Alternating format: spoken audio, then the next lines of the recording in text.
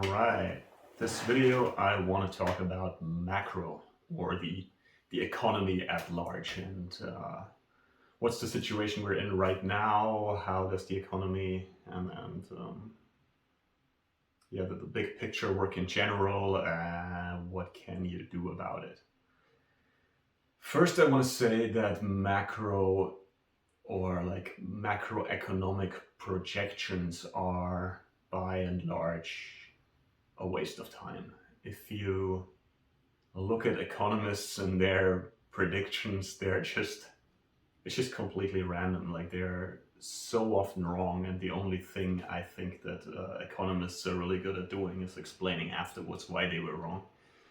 But it's a complete shit show, and it's generally I think that the problem of forecasting, it just doesn't work very well.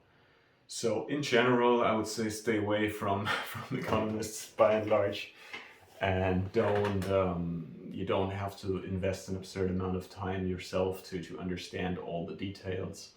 I think it's not useful. I think it's better to be a bottom-up guy than a top-down guy. Like, don't try to understand the whole system. Try to really understand individual investments and do that very well. It's better than if you're trying to forecast the whole thing. That being said, it's still worth thinking a little bit about how the world works and in which environment you operate in for your asset allocation. And maybe to put this up front, I think the few guys I generally like to listen to when it comes to the economy is first and foremost Ray Dalio. He's the founder of Bridgewater, which is the biggest hedge fund in the world. And he made a lot of money with macro bets. So different from economists, like he actually put his money where his mouth is. And he made money from macroeconomic bets. He's a very, very sharp thinker. He wrote a book called The Principles, where he outlines his life principles, which is a very interesting read. Just in general, it's an interesting company, Bridgewater. They have an insane company culture of radical transparency, where every meeting is filmed and you can go back and say, but in 1992 you said this thing and now you say something different. It's a very interesting guy, smart guy, and he's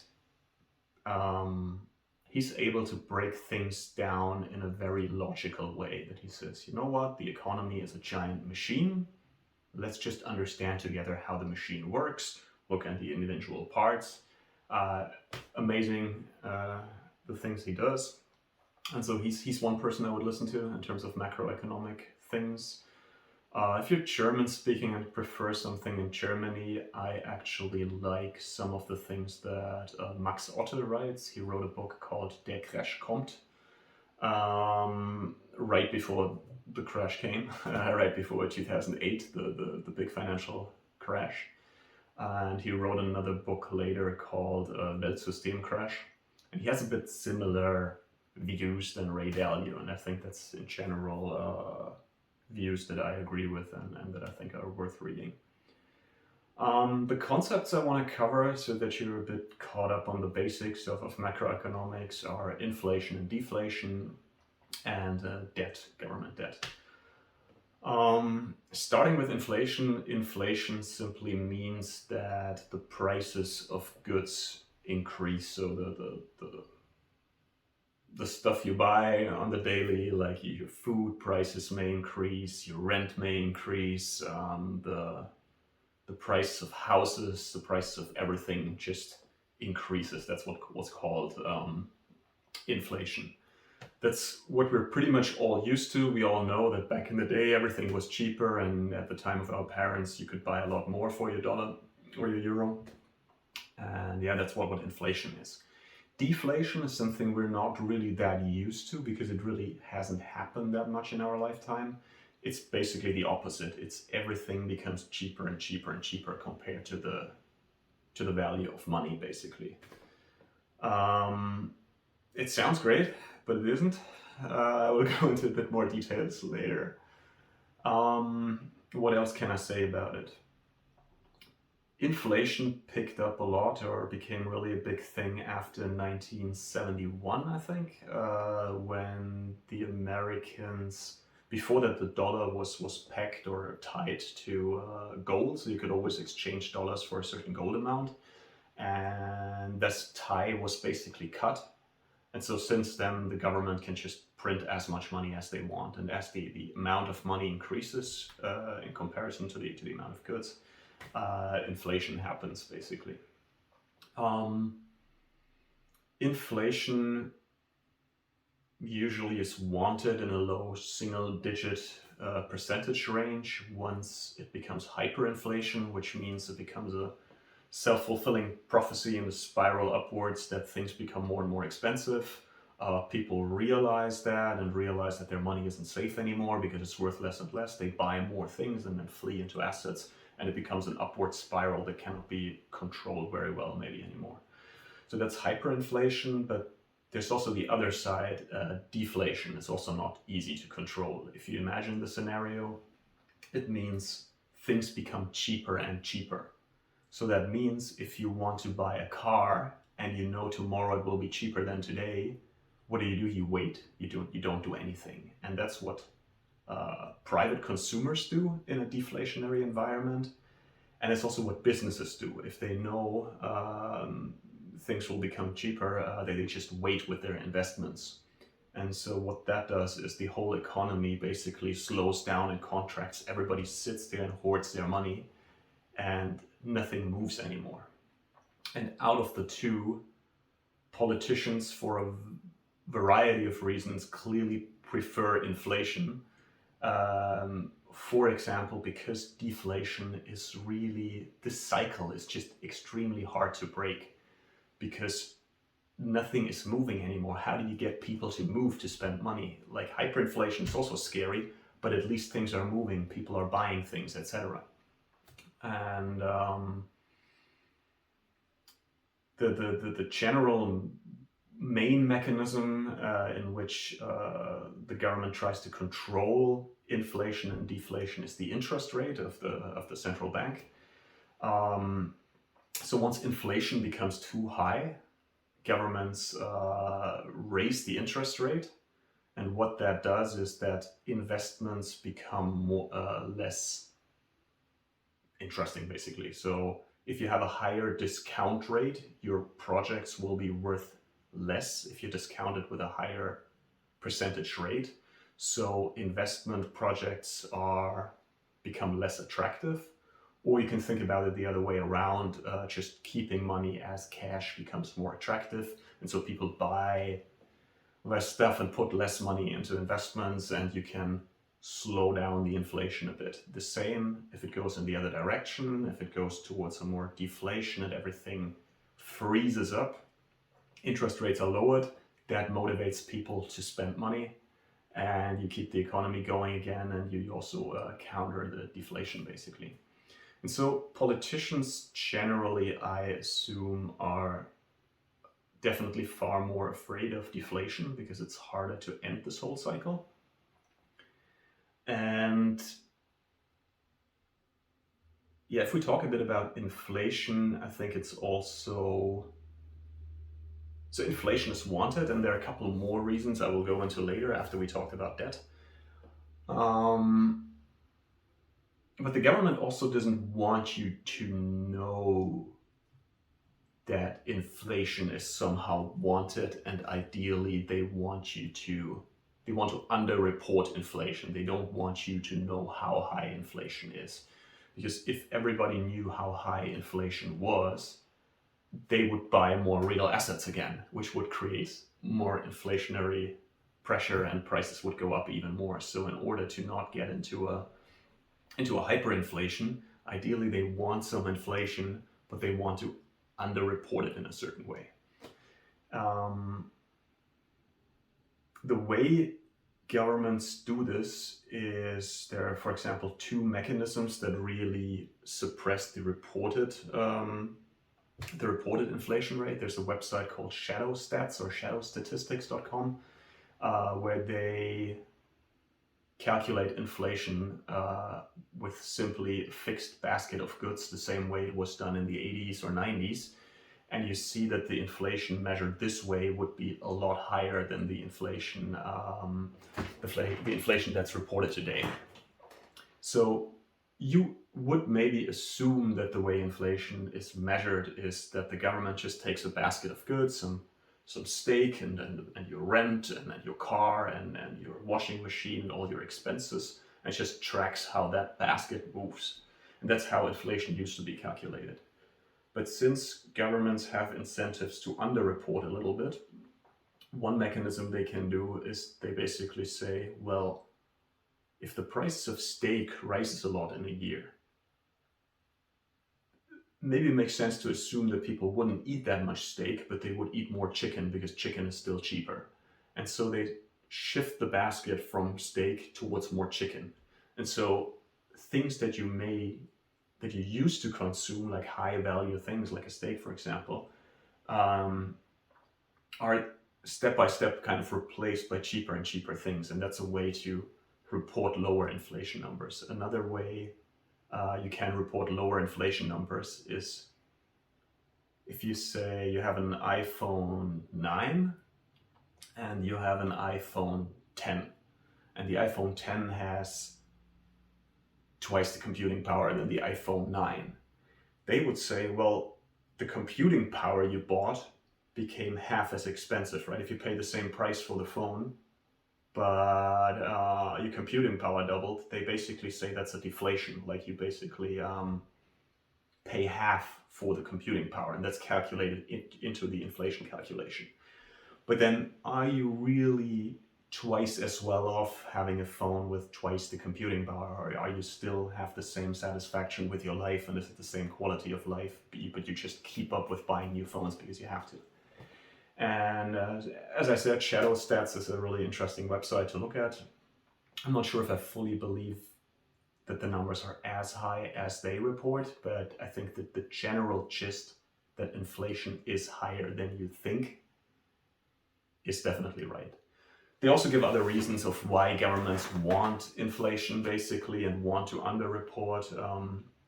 If you think about taxes and paying taxes, for example, your tax rate may increase at certain thresholds, right? If you make more than 15,000 a year, maybe below 15,000 you don't pay any taxes. Then afterwards you pay some taxes, and then the tax brackets are linked to fixed amounts you earn. Now, if there's inflation and everybody earns more and more, people pay higher and higher percentage tax rates. But the whole economy, everything is basically growing, but people pay higher tax rates as they go into higher brackets. And there are a couple of reasons why. This is a wanted effect, basically, that you have a bit of inflation, and it's very nice for politicians. Maybe next let's go into debt. There are several things you can measure, like the debt of private households, business debt, but the thing we want to look at right now is government debt.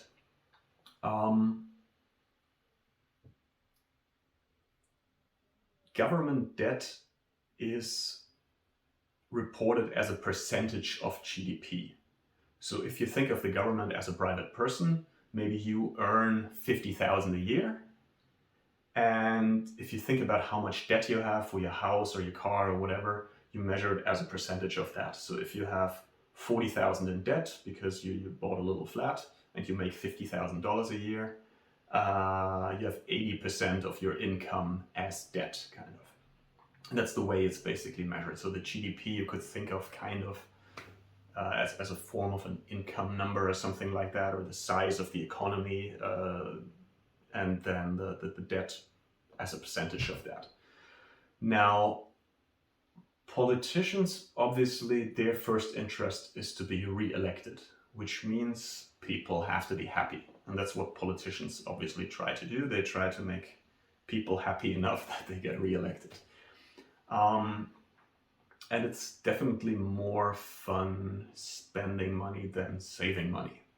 So there's an inherent incentive to always overspend a little bit, right? To always spend a bit more money than you earn and keep the party going. The moment you start saving, you're really strangling the economy, and it's not as much fun. But if you spend a bit more, you keep the economy going, everybody has a job, everybody's happy, everybody votes for you. And so there's a constant creep upwards in terms of debt, and it usually goes in a way that in good years, governments are maybe around break even, so they don't take on new debt and pretend that this is the normal and then this is a typical year. But then some crisis happens where governments basically need to go into a lot more debt to fix the crisis, and then the normal years come again and they're break even again, instead of saving money in positive years that they can then spend in the negative years. And so there is basically a long-term debt cycle. So you have a short-term economic cycle of boom and bust. Let's say you have a recession where everything, like because of COVID or something, you have a bad year, and then you have like 5, 6, 7, 8, 10 good years, and then you have a shit year or two again, and you have these like 7-year or however long year cycles of boom and bust a bit in the economy. But then you also have a long-term debt cycle, which means that's the cycle of governments building up more and more and more and more and more and more and more debt, until something happens where it doesn't work anymore, the whole system more or less collapses, and you start again with low debt and build up the whole thing again. And this debt cycle we're in right now started pretty much at World War II. So it's a debt cycle. So our parents, as well as our generation, hasn't really experienced the end of a debt cycle. And that means since World War II, more or less steadily with ups and downs, like government debt increases more and more and more. And now in Western economies like the United States, we are at around 100% debt to GDP.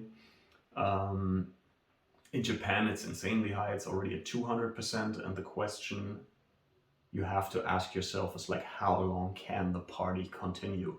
Like, how long can we take on more and more and more debt? And how long are the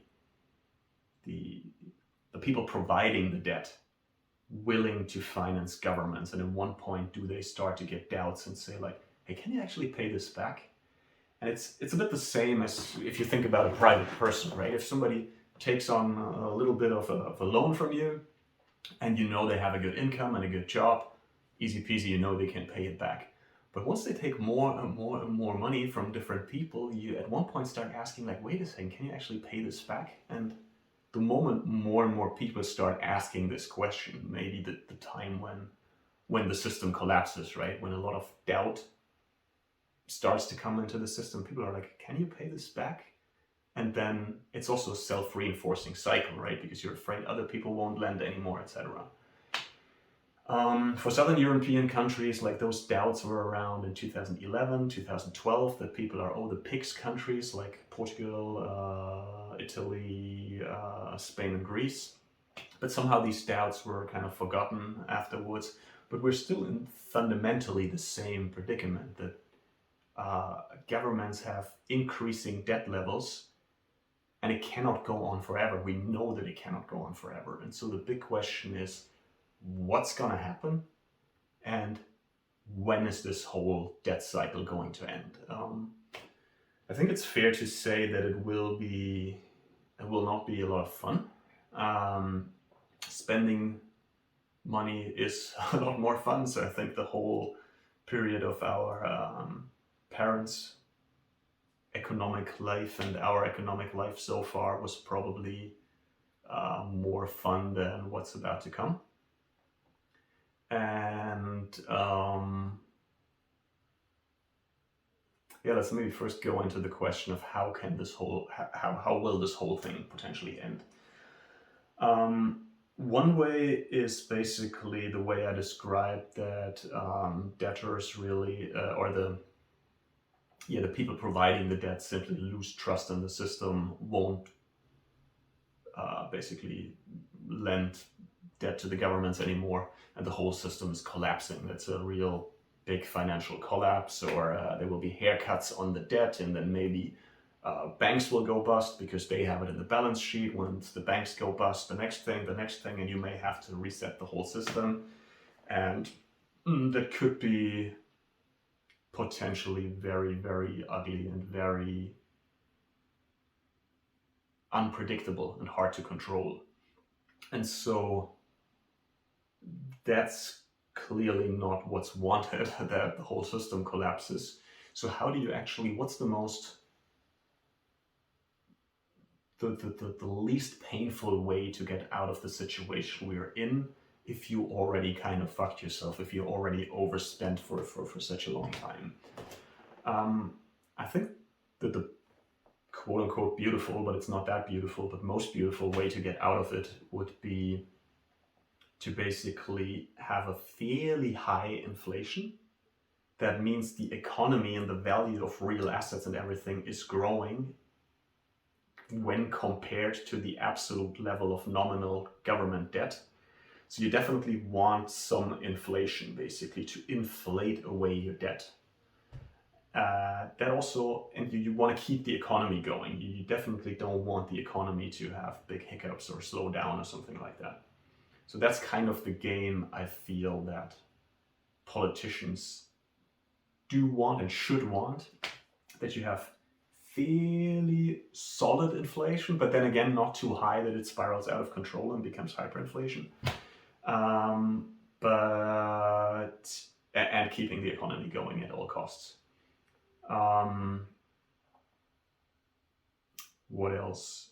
Yeah, again, that's another reason. I think I provided a couple ones why I think inflation is definitely wanted and why governments want to underreport inflation. So they slowly want to inflate the thing away, but not you knowing. And it may not go without hiccups, but that's kind of the plan. Whether it works or not, we will see. And if you look at inflation numbers, they're already ticking up extremely right now. So I think governments now want to increase the interest rate a little bit and see how that goes. And I think the big question that many people are asking is when is this whole thing going to end? When is the big, like, can we beautifully inflate our way out of debt? Or will there be a big bang and financial crash and financial meltdown? And if you look at, you definitely see a lot of things today that have not been seen in our lifetimes or our parents' lifetimes, like measurements that are taken, let's say negative interest rates is something that has never happened before. And you can see, I don't want to go into too many details, but there are more and more things happening where you see like we're running a bit out of options or we do unprecedented things, and it feels a bit like we're getting closer to maybe that moment when everything goes to the shits or not. But I think ultimately, again, forecasting doesn't really work. And some people, like I know plenty of people who expect it to happen now in 2022, the whole world goes to the shits, the super collapse, but I think it might as well take another 10 years or 20 years or next year, I don't know, and you don't know either, and or nobody else really knows whether it's going to happen and when it's going to happen. The only thing you can really do and you should do is basically be prepared. If you're too scared and you just, whatever, buy a couple of guns and sit in your basement and have some gold, etc., and the whole thing keeps going another 15 years, you're missing out on some really nice returns in the stock market, and maybe even if it collapses, you would have been better off dancing as long as the music plays, basically. But then on the other hand, if you're too optimistic right now and you don't acknowledge the risk that's out there, you may also set yourself up for a big for some big doo-doo if things go to the shit. And the thing is, if something like that is going to happen and we run into some really rough waters, you can't really act. Like, it always feels like, oh, I already missed it. Like, the only thing you can do is to prepare, to not react after the fact, but now make your asset allocation in a way that you say, I'm well prepared for a variety of different scenarios. I'm prepared for a meltdown of the financial system. I'm prepared for high inflation. I'm prepared for things keep going as normal for a while. And yeah, I think I want to go into specifics of asset allocation in a different video, where we talk a bit about like how are you prepared for deflation, inflation, and with various probabilities, and how do you really, how much do you want to have in stocks, how much do you want to have in real estate, how much do you want to have in gold or crypto or other assets. Let me see if I wanted to say anything else about that topic of macro.